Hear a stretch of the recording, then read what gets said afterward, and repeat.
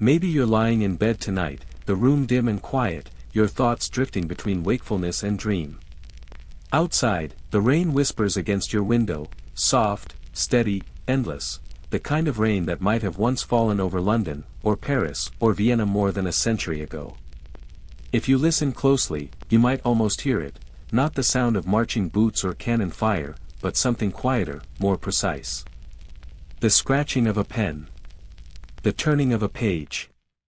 The rhythmic ticking of a clock in a marble-walled office where the future of the world was once written in ink, not blood. This is where empires truly begin, not on the battlefield, but beneath lamplight. Not with soldiers, but with signatures. Picture it, the year is 1890. Europe glows with confidence, every capital city alive with industry and ambition. In London, carriages rattle across wet cobblestones as bankers hurry through the fog, their briefcases heavy with papers that mean more than armies ever could. In Paris, men in silk waistcoats speak softly over glasses of brandy, trading not goods, but promises. And in Berlin, the air hums with the rhythm of steel, factories, railways, shipyards, all built not merely by men, but by money borrowed from men who never lift a hammer. Each candle flicker casts a kingdom's outline on the wall. Each line of ink becomes another thread in a web that stretches across oceans. And while kings and politicians give speeches about destiny and divine right, in the quiet corners of their palaces, someone is always counting. Gold. Debt. Time. Outside, thunder rolls faintly over the North Sea, as if the sky itself is thinking. In these rooms, beneath the rain and the gaslight, the real architects of empire sit awake long after midnight, the bankers, the creditors, the men who trade futures as easily as others trade faith. They do not command armies, yet their ledgers decide when wars begin and when they end. Every empire they build begins with a dream written in numbers. They believe in a new kind of magic, that gold can multiply through paper, that promises can become cities, that the invisible can rule the world.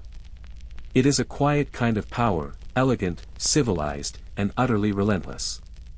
A kingdom of ink and interest, where every stroke of the pen ties one nation to another, until the world itself becomes a single, humming network of debt and desire.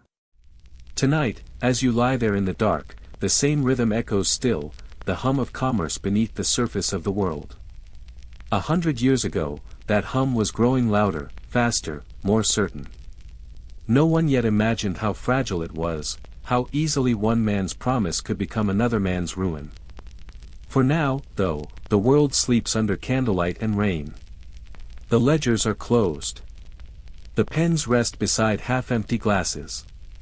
Somewhere, a banker dreams of empire. And outside his window, lightning traces the sky like ink spilled across the page of time. Empires do not begin with soldiers. They begin here, in quiet rooms where gold becomes faith, and faith becomes law.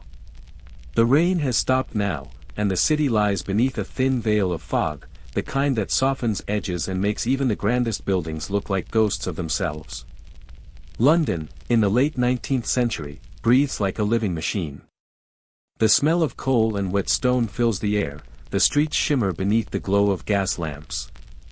And inside those lamps of light and smoke, something new is being born, not an invention of steel or steam, but of thought. A revolution without noise. The quiet alchemy of credit. Maybe you can picture it, a man sitting at a long oak desk in an office that smells faintly of ink and tobacco.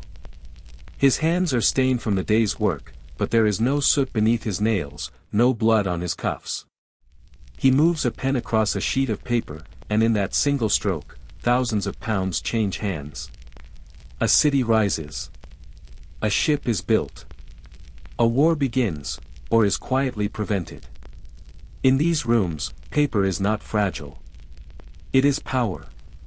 It is the promise of tomorrow printed in neat black lines, bound by nothing more than belief.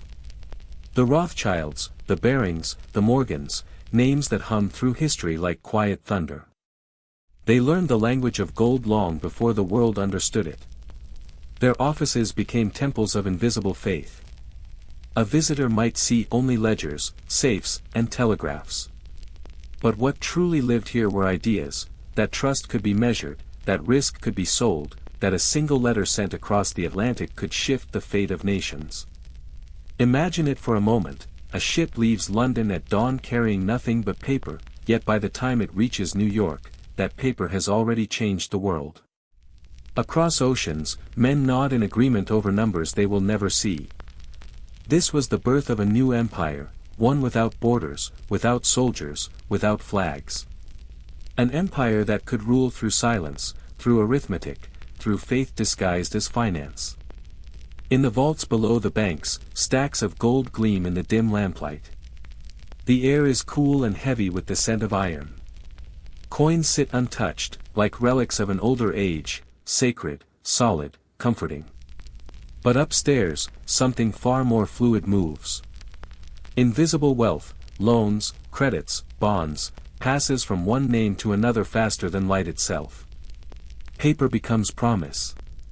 Promise becomes power. And power, as always, becomes temptation. It is an age of faith, not in gods, but in signatures. A slip of parchment stamped and sealed can summon more change than 1,000 sermons. And yet, beneath this brilliance, there is unease. For what happens when faith wavers? When one promise fails to be believed? The men who control this new alchemy know it well. They walk through their marble halls like priests through cathedrals, knowing that belief, not gold, keeps the doors open and the world in order.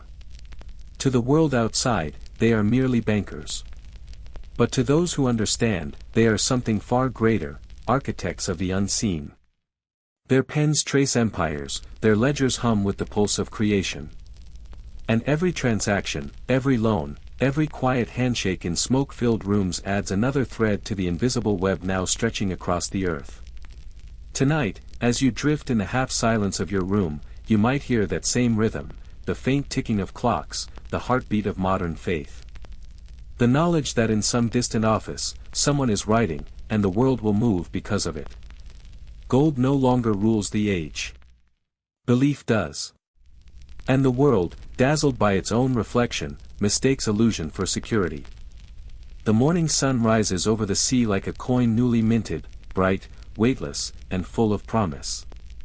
Far from Europe's marble banks, the world stirs beneath its light. Steamships line the harbors of Bombay, Cairo, and Cape Town, their hulls filled with rails, weapons, and dreams. Telegraph lines hum beneath the waves, messages flashing between continents faster than clouds can move across the sky. And yet, none of this happens by miracle. Behind every stretch of track through red dust, behind every mine cut deep into foreign soil, behind every new flag raised above a colony, there is a loan. There is always a loan. Credit, that invisible current born in London's gaslit halls, now moves across oceans like a tide. It flows into Africa, where engineers carve railways through the savannah. It spills into Asia, where bankers measure wealth in miles of opium and tea. It winds through the Middle East, where new oil wells flare against the night sky, their light reflected in the eyes of men who never knew they'd been sold. The age calls itself progress. But if you listen closely, beneath the hum of machinery and the chatter of trade, there is another sound, the quiet strain of a world being bound. A web of gold thread stretching across deserts and oceans, pulling every port and every people toward the same center of gravity, Europe. The bankers call it connection. The poets might call it a spell.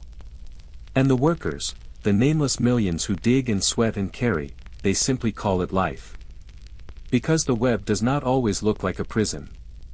Sometimes it glitters. Sometimes it sings. In Egypt, loans rebuild temples and fund canals that link two seas. In India, paper debts stack higher than the marble of palaces. In the Congo, rivers of rubber and ivory flow under the gaze of European investors who will never feel the weight of what they own. And somewhere, back in London or Paris, a man writes another number, and the circle tightens a little more.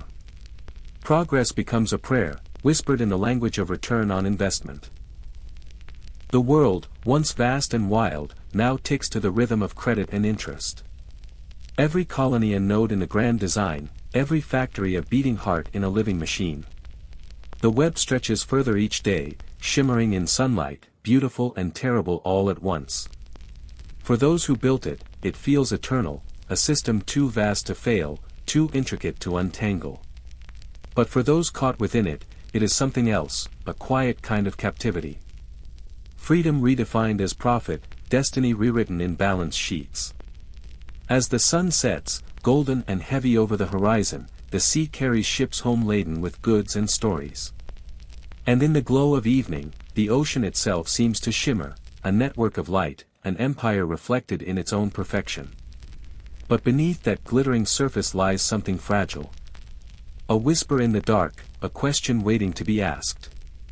What happens when the web begins to tremble? Berlin, 1890. The air smells of smoke and thunder. Not from war, not yet, but from progress. From the rhythm of factories, from the hiss of steam and the hammering of steel. In the distance, chimneys bloom like iron flowers, pouring their gray breath into the sky. Railways slice through forests, bridges rise over rivers, and the city glows at night with the orange pulse of the modern age. Germany is dreaming, and the dream is made of metal. Kaiser Wilhelm, proud and restless, looks upon his empire like a craftsman inspecting a masterpiece. The old world of kings and courts is fading, replaced by engines, shipyards, and steel hearts that never sleep. But for all its pride, this empire is built on borrowed time, and borrowed money. The new Germany is not merely forged, it is financed. Loans flow in from bankers in London and Paris, money feeding the veins of a nation that believes it can overtake the masters who lent it life. The factories hum with this quiet contradiction, pride funded by dependence. Each locomotive that thunders out of the depot, each battleship sliding into the water, carries both a flag and a debt. Inside the government halls, Wilhelm dreams of colonies and oceans, of ships as grand as Britain's and armies as mighty as Rome's. He studies maps not for their beauty, but for what has not yet been claimed. He speaks of Germany's place in the sun, though the light he seeks must first be paid for in gold. And Britain, the empire of ledgers and waves, feels the tremor. In the clubs of London, gentlemen speak in quiet tones of the Kaiser's navy. In Parliament, murmurs rise of competition, of challenge. For centuries, Britain's pride has been its distance, no rival equal, no debt too great. But now, across the channel, a younger empire builds its reflection. Not out of words or treaties, but out of iron and ambition. Berlin glows like a furnace, its streets alive with workers and whistles. Posters of the Kaiser hang in the smoke, half hidden, half revered. Men march to the rhythm of machines, factories chant in mechanical unison. It feels unstoppable, a power too young to fear, too proud to pause. And yet, beneath it all, the same fragile heartbeat echoes. The pulse of credit, of money moving invisibly through the veins of steel. Germany believes it is making history. What it does not see is that history is also making Germany, shaping it from the same elements that once built every empire before. Gold, pride, and longing. The trains roll east and west, carrying coal, weapons, ideas. The sky grows darker each year, not just from smoke, but from shadow. The shadow of rivalry. And in the night, as Wilhelm gazes at his fleets, his eyes bright with certainty. The winds shift faintly over Europe, carrying with them the first quiet scent of rain. The air in Europe had begun to thicken, not with smoke this time, but with promises. Across the continent, papers were being signed, sealed, and stored away in velvet boxes. Some called them treaties. Others called them alliances. But beneath the ink and ceremony, they were something simpler, chains made of words and gold. In London's drawing rooms and Berlin's meeting halls, men in tailored suits leaned across polished tables, their smiles polite, their eyes calculating. Each handshake, each nod of agreement, carried the weight of invisible numbers. Banks whispered the language of loans, governments answered with the language of loyalty. And somewhere between them, the future began to tighten. A loan from Paris to St. Petersburg became a promise of protection. A British investment in France became a bond not just of trade, but of trust. Germany's debts to its financiers turned into pride disguised as independence. And in the shadows behind it all, the great houses of finance, Rothschild, Morgan, Baring, moved the pieces quietly, like careful hands setting a trap. The nations believed themselves free, yet every signature drew them closer. Every loan another strand in the web of mutual obligation. They called it balance, this delicate architecture of alliances. A balance so perfect that no one dared imagine how easily it could fall. The Kaiser toasted his admirals with champagne. British ministers exchanged telegrams that spoke of peace through strength. And the bankers smiled, content to know that peace was now profitable. So long as no one blinked, the machine would keep humming. A golden network of promises stretched taut between men who did not yet see the cracks forming beneath their feet. But the tone of Europe had changed. What once was progress now felt like pressure. What once was cooperation began to sound like command. Even the air in those rooms, thick with cigar smoke and expectation, carried the scent of something waiting to ignite. In one such room, perhaps in Vienna, perhaps in Paris, a diplomat paused before signing yet another agreement. He looked down at the paper. The lines of neat handwriting, the gleaming wax seal, the ink still wet. And for a moment, he felt a flicker of unease. He was not sure whether he was binding others to safety or sealing them into fate. Still, he signed. Outside, the carriages clattered through the night. Rain tapped against the windows. The world spun quietly toward its own unraveling. Bound not by armies, but by arithmetic. Each nation slept believing itself protected.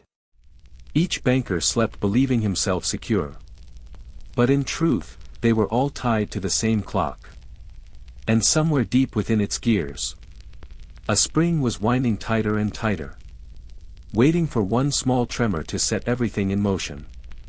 It was a bright morning in Sarajevo, June 1914, the kind of morning that seems too calm to change the world. The air was warm, the sky pale blue, the cobblestones still damp from dawn. A carriage rolled slowly through the streets, horses stamping, sunlight flashing off polished brass. People waved. A band played somewhere down the avenue. It should have been an ordinary day, but history often begins that way, quietly, politely, without warning. Then came the sound, sharp, brief, almost delicate. A gunshot. It rang through the city like the drop of a coin onto marble, a single echo that would never stop reverberating. In that instant, an empire began to unravel. The heir to Austria's throne, Archduke Franz Ferdinand, slumped forward, his wife beside him, the street blooming red beneath the morning sun. For a heartbeat, silence. Then, the shouts, the running feet, the confused chaos of a moment too sudden to be understood. But beyond those streets, beyond the headlines, something else stirred, something quieter, colder, and far more dangerous. In offices across Europe, the telegraphs began to hum. Markets faltered. Investors hesitated. Debts that had once seemed eternal now looked fragile. The machine of credit that had bound empires together began to twitch, uncertain, afraid. Bankers who spoke in calm tones of stability suddenly found themselves staring at ledgers that no longer balanced. Every treaty signed in candlelight, every loan pledged in good faith, began to glow faintly, as if a fuse had been lit beneath it. This was not the roar of hatred. It was the whisper of panic, the sound of promises catching fire. No one wanted war, not truly. But the world's debts had been wound too tightly, its alliances drawn too close. To pull one thread now was to unravel all. And so, one nation moved to protect another, one banker called in a favor, one promise triggered 1,000 more. Until the echo of that single gunshot became a symphony of mobilization. Armies rose like tides, each convinced it was answering destiny, when in truth they were answering arithmetic. Men spoke of honor, of vengeance, of the glory of the homeland. But beneath their words lay numbers. The debts, the contracts, the gold reserves moving from vault to vault. Feeding a war that was not born of rage, but of obligation. In London, a clerk stared at the falling prices of government bonds and whispered, "It's begun."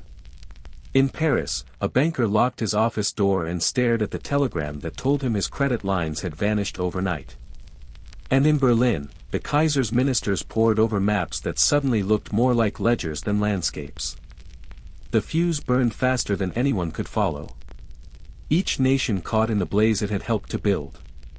Each leader still pretending control as the fire spread from paper to city, from city to continent.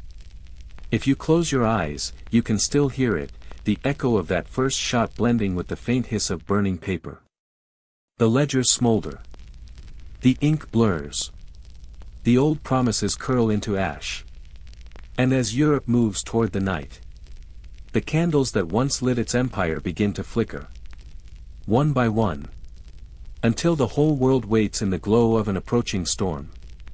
The war began not with glory, but with counting. Not the counting of victories, but of shells, of bodies, of borrowed gold. Maybe you're lying in bed tonight, listening to the hum of your own quiet world.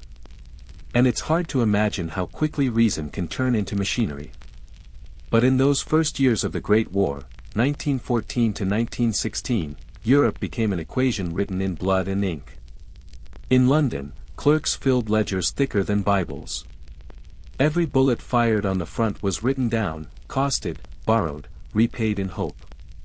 In Berlin, men in grey offices stared at endless rows of figures, watching the future shrink to numbers printed in black and red. In Paris, telegrams hummed day and night, each carrying a bill for the next breath of the empire. Factories thundered like heartbeats. Rivers turned black with soot. The air itself seemed to taste of iron and debt. The soldiers at the front never saw the ledgers. But they lived inside them, every ration, every round of ammunition. Each trench repaired with the same precision as a banker balancing a book. It was war turned into mathematics. A calculation of how many men could die before the markets collapsed. Each nation promised that it could endure one more season, one more offensive, one more billion. Governments printed paper faster than they could bury the fallen. Promises replaced peace. Ink replaced mercy. And behind the noise of artillery, you could almost hear the scratch of pens. Ministers signing bonds, bankers approving loans. As if the war could be solved by arithmetic. But arithmetic has no conscience. It cannot measure despair, or the way a soldier's last breath sounds when the wind carries it across no man's land. The front lines devoured men like fields devour rain. And still the ledgers grew thicker. Somewhere in the mud, a soldier might look up at the sky. Gray, endless, and whisper a name, a prayer, or nothing at all. Somewhere in London, a banker might lower his pen and whisper the same. Different worlds, joined by the same quiet machinery of necessity. By 1916, the numbers no longer made sense. Gold reserves vanished. Whole currencies began to bleed. But the machine did not stop. It had learned to feed on itself, on the very faith that had built it. Factories roared on. Trains carried iron and flesh in equal measure. And across Europe, the same grim truth spread like smoke through every capital. That war, once begun, obeys only its own accounting. Ink turns to smoke. Paper turns to fire. Numbers turn to graves. And beneath the roar of cannons, you might almost hear the faint rustle of ledgers burning. Page by page. Until there is nothing left to count. Maybe you're lying in bed tonight, the world quiet around you. And it's strange to think that history itself can sometimes change hands in silence. Not through battles, but through balance sheets. Across the Atlantic, while Europe bled itself into exhaustion, another empire was stirring, one built not on conquest, but on credit. It was 1916, and in New York, the sun rose over marble towers instead of cathedrals. The air hummed not with hymns, but with the low murmur of commerce. In J.P. Morgan's offices, the lights never went out. Men in dark suits leaned over ledgers the size of maps. Their pens tracing invisible lines across oceans, lines made of money. Each signature sent ships across the Atlantic. Loaded with food, munitions, oil, lifelines bought with promises. Gold crossed one way, steel the other. The war that had begun in the old world now pulsed to the rhythm of the new. The Atlantic became less a barrier and more a bloodstream, carrying wealth and war together in its tides. Each convoy that left New York Harbor shimmered with both salvation and debt. Insurance brokers prayed for calm seas. Bankers toasted over cigars, the smoke curling like ghosts of futures sold and bought again. America called itself neutral, but neutrality has a price. And by 1916, the balance was already tilting. Behind every transaction was a quiet decision. Not of allegiance, but of arithmetic.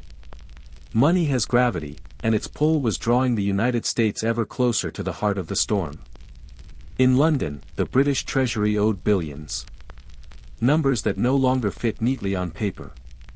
In Berlin, gold reserves thinned to dust. But in New York, vaults filled with foreign currency. And the men who once sold railroads and factories now sold futures. Futures of nations, of wars, of peace itself. You can almost hear it, the faint clink of coins beneath the soft patter of rain on Wall Street windows. The sound of an empire being born without a trumpet. Without a crown, without a name. When the time came for America to join the war, it did not march in out of rage or duty, but because the tide had already turned. And no nation, however rich or proud, can resist the current it creates. By then, the bankers had done what kings once dreamed of doing. They had conquered the world without leaving their desks. Maybe you're still awake tonight, listening to the faint hum of your room. The same kind of hum that filled the halls of Europe in 1919. A quiet that isn't peace, only the pause after too much noise. The war had ended, at least, that's what they said. The guns were silent, the trenches empty, the flags raised in tired celebration.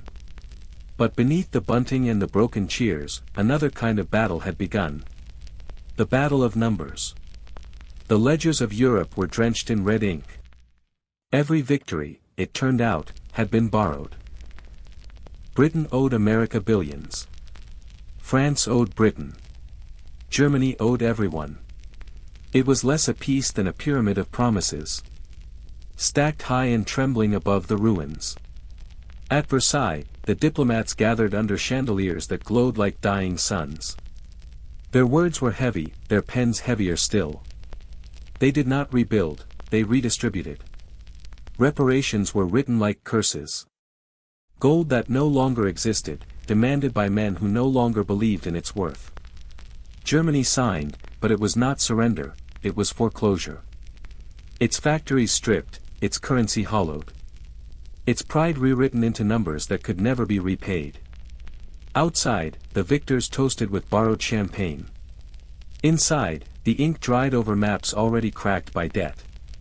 In London, clerks counted losses that had no measure. In Paris, veterans limped past shop windows filled with foreign luxuries they could no longer afford.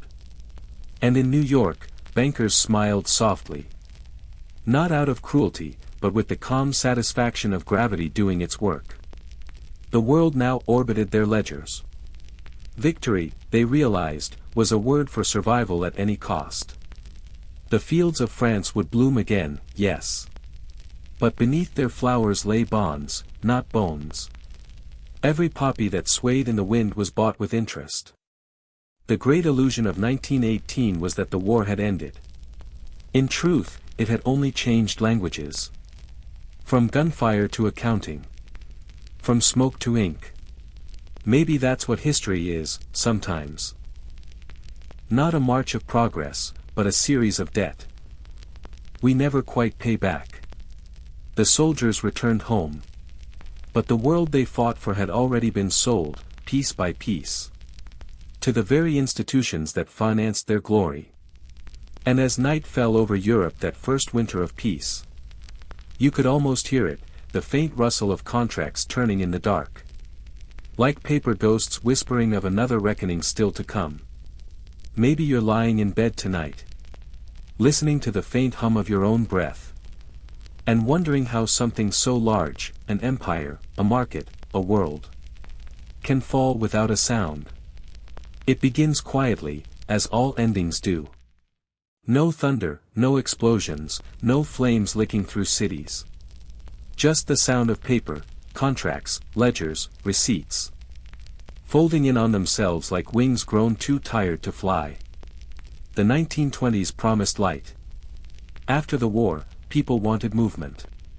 Jazz and glass, new machines, new dreams. Credit was easy, hope was cheaper still. Men who once marched through mud now sold futures in air-conditioned rooms. Factories buzzed, cities climbed higher, and money, invisible, weightless, flowed faster than it ever had before. But beneath that glitter, a quiet sickness grew. Too many loans. Too much faith. Too much future sold in advance. By 1929, the air itself began to thin. One market stumbled, another followed.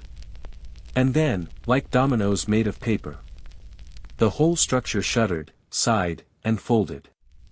Banks closed their doors with polite notices printed in black ink. Trains stopped running. Children pressed their faces to bakery windows and found no bread inside. Once golden coins turned to ghosts. Money itself felt imaginary. A promise whispered too many times to believe anymore. The same men who had once ruled the world of numbers now sat behind the same desks, older, quieter, their fingers tracing the dust on empty vaults. They spoke softly, as if afraid the walls themselves might hear their doubt. The empire of credit had collapsed. Not with revolution or rebellion, but with silence. In Berlin, people carried wages home in wheelbarrows. In New York, bankers jumped from windows as calmly as if stepping off trains. In London, clerks lit their last candles and stared into the slow, patient tick of the clock, each second heavier than the one before. Progress, it turned out, had never been free. Every machine, every tower, every victory of modern life was mortgaged to time itself. And now, time was collecting. Maybe, if you listen closely, you can still hear it, that low hum. The sound of something vast unraveling. Not through violence, but through exhaustion. Because the price of progress is not always war, or famine, or fall. Sometimes it is simply the quiet, the hollow breath that follows a dream too grand to sustain. Maybe you're still awake, staring at the ceiling, thinking of how strange it is that history never really ends. It doesn't stop when the guns go quiet or when treaties are signed. It lingers. Reshaped, reworded, and recalculated. The same debts, the same dreams, written in a different currency. After the war, the world didn't rebuild from ruins. It rebuilt from balance sheets. The pound faltered, the mark crumbled. And into the silence stepped a new rhythm. The hum of the dollar. What had once been Europe's empire of gold became America's empire of credit. Skyscrapers rose over forgotten graves. Steel and glass gleaming in the same sunlight that once shone on gas masks and trenches. Down below, in the vaults and offices, men in dark suits traced new lines across the globe. Not borders, but bonds. Their rulers were no longer kings or generals, but currencies. The old debts never vanished. They simply changed form. The reparations of the past became the interest rates of the present. Empires no longer sent soldiers, they sent loans. And in that quiet exchange, the world learned a softer form of conquest. The kind that comes with signatures, not swords. In 1944, as nations gathered in the small town of Bretton Woods, they dreamed of order again, of rules, stability. A system to prevent chaos from returning. But even order has a price. The dollar became the new sun around which all others orbited. The IMF, the World Bank. New temples built not of stone but of statistics. And so, through the 20th century, money became the language of faith. Governments prayed in numbers. Markets became oracles. And credit, invisible, untouchable, became belief itself. You can see their ghosts even now. Reflected in glass towers, in the glowing graphs of a trader's screen. In the quiet panic that ripples through the world when numbers fall. History no longer wears crowns. It wears a suit, holds a phone, and watches the same charts rise and fall like tides. But listen closely. Beneath the hum of modern life, beneath the whir of servers and satellites, the echo remains the same. The world still runs on promises. And promises, like empires, are only as strong as our faith in them. Maybe that's what debt really is. Not money owed, but memory itself. The echo of what we once believed was worth everything. Maybe you're lying in bed tonight, phone dimmed. The world quiet around you, just the low hum of a clock somewhere. And the soft breath of night beyond your window. You've drifted with me through centuries of ambition and ruin. Through gold and gunfire, through ledgers and loss. And now, as the hour deepens, the empires of your mind begin to rest too. It's strange, isn't it, how every age thinks it has escaped the mistakes of the last. The Romans believed their roads would last forever. The Victorians thought their markets would never fall. And we think our networks and currencies, our screens and systems, are somehow more real than theirs. But under all of it, history whispers the same lullaby. That nothing built on belief ever truly disappears. It simply changes hands. Every empire begins in faith, a dream, a promise, a calculation. And every empire ends the same way. In sile. In paper, in the quiet shuffling of accounts.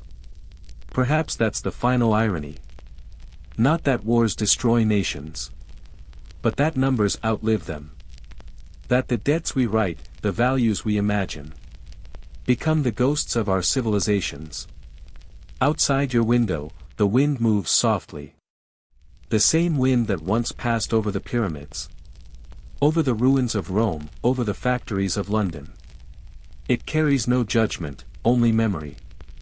And if you listen closely, beneath its sigh, you might hear the faint scratching of a quill, the distant click of an adding machine, the eternal rhythm of history balancing its books. So rest now, in this small stillness between centuries. Because empires rise and fall. Currencies bloom and collapse. But sleep belongs only to the living.